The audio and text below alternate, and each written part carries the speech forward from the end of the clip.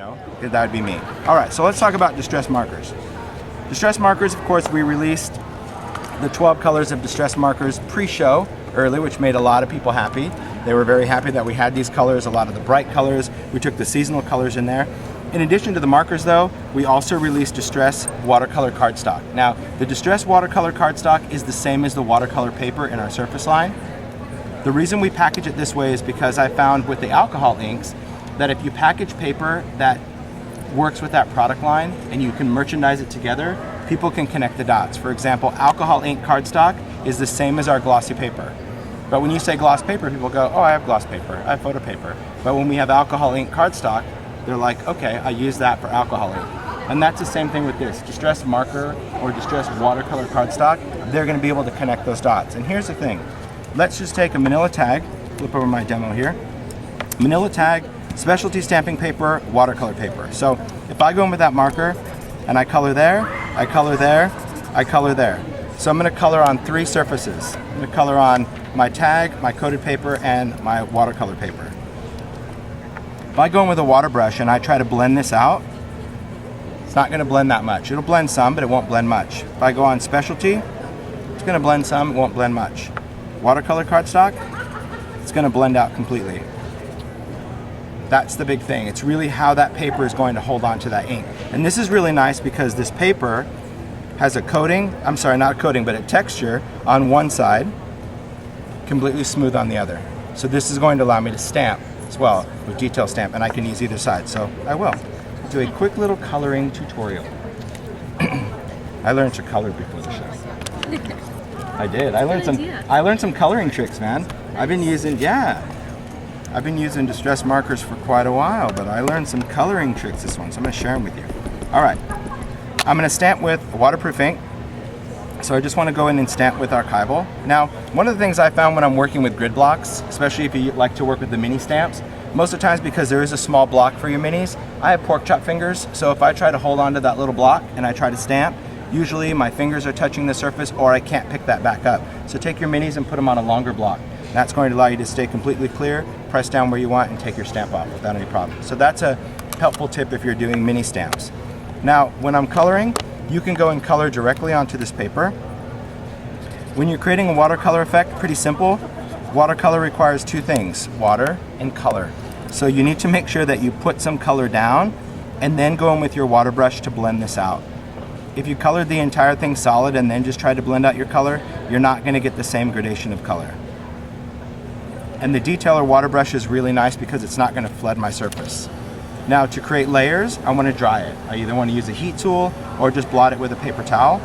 But that's the best way to create layers. If you keep coloring onto wet paper, you are going to eventually break that paper down. It's going to start to peel apart. I can go with more of that same color, or I could switch colors if I wanted to. But I'm just going to hit some other areas with that. Maybe I want to go in and color the bow as well.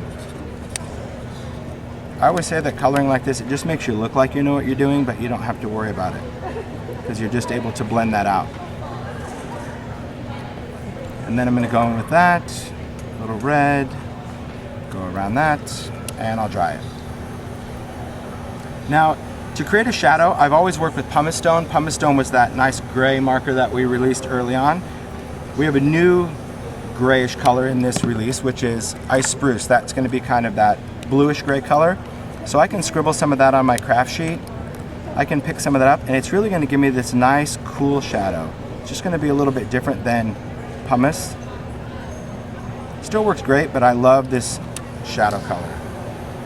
Now here's the trick I learned, because so far you're like, well, hello. Been there, done that. Seen the movie. I learned this from Shel Fowler. Shel Fowler is the one that did a lot of the watercolor samples you see in the booths, where you see like, just the whole thing looks dimensional. I'm like, what's your secret? She's like, oh, nothing. I just color, use a water brush. I'm like, yeah, there's a trick. No. And I go, okay, color something. I'll just watch you. So she's coloring, and then she picked up her marker when it was all said and done, and she opened the fine tip. I'm like, what are you doing? She's like, oh, I go and add my details with the fine tip. I'm like, that's the trick. It's very interesting. When you're done coloring, you go in with the fine point, and you actually color on the stamped line. Not over the entire thing, you don't have to trace it, but you're just gonna go over some of those stamped lines, and you're just going to color right on there.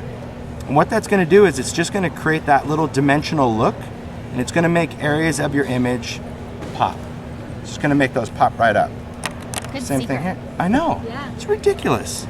Because that little thing, I would have never thought to color on the stamp line. I would always think, oh, I need to put that in there, and then I need to go in and actually blend this out. And that's not the truth. You just color right on there. So here, even on the bow, just kind of going around the outside. And you'll see here, so you can see the dimension on that. You can see the same thing on the pumpkin. Just taking that orange and going right over the stamp line. It's crazy. It's that little thing makes all the difference when you're working with that. So there we go. So, that's what's new. Any questions on anything? I know, huh? It's like this, I'm like, 5 minutes, yeah. I got 5 minutes to answer questions. Anything? How does the glitter respond to the marker? Or how does the marker tip respond to the glitter? Not really good. If you try to do that, it gets a little catchy. It gets actually a little scratchy on there. But that brings up a good point about kind of marker maintenance, right? So I really wouldn't recommend using the markers on the glitter because of the coarseness of that. But for those people that have markers, here's some things that I've gotten emails a lot about. People are loving to color on a lot of things, especially in art journaling. They want to color over acrylic paint. And if by chance they try to take this and they color over wet paint, it tends to clog the tip and they think, oh, my marker is dry. It isn't. You probably have a particle stuck on that little fine nib. To clean it, just color right on your finger, and that's going to clean out any acrylic paint or glue or anything that you might have on there. If you happen to try to color the glitter with your marker and you use the brush tip and you kind of fray the end, what a lot of people don't realize is if I just take a towel, paper towel, I'm going to grab the nib of this and I'm going to just twist the pen, there's a brush nib on the other side. So this is a dual brush nib. So if you happen to fray one of them and you're like, oh my gosh, I damaged the marker, you can take that, flip it over, push it right back into the marker, and now you have a brand new brush nib to work with. So that's really good to know that they kind of have that backup if things go wrong. And then they know not to necessarily color on the glitter or anything like that. You said clean it on your finger. Mm-hmm. Silly question. Is there a difference between cleaning it something about your finger? It is. I don't know what it is. Maybe because it's a little fatty squishiness versus going over a solid surface. I think that's what it is. Yeah, I don't know, because I've tried, scribbling it on paper or scribbling it, or even wiping it with a towel, and it doesn't work. It's the same thing like I found with white pens. It's weird, like if I use like our white pen and it's not working, if I color on my finger, it makes it work. It's weird. I don't know why. About the oil or the texture? I have no idea, but to me that's what makes a difference when because a lot of times I'll go to write something and I think a layer is dry and then I go right through that paint and I'm like, oh, yeah, and that's the way to clean it out. Yeah. Any questions? Anything? Nothing?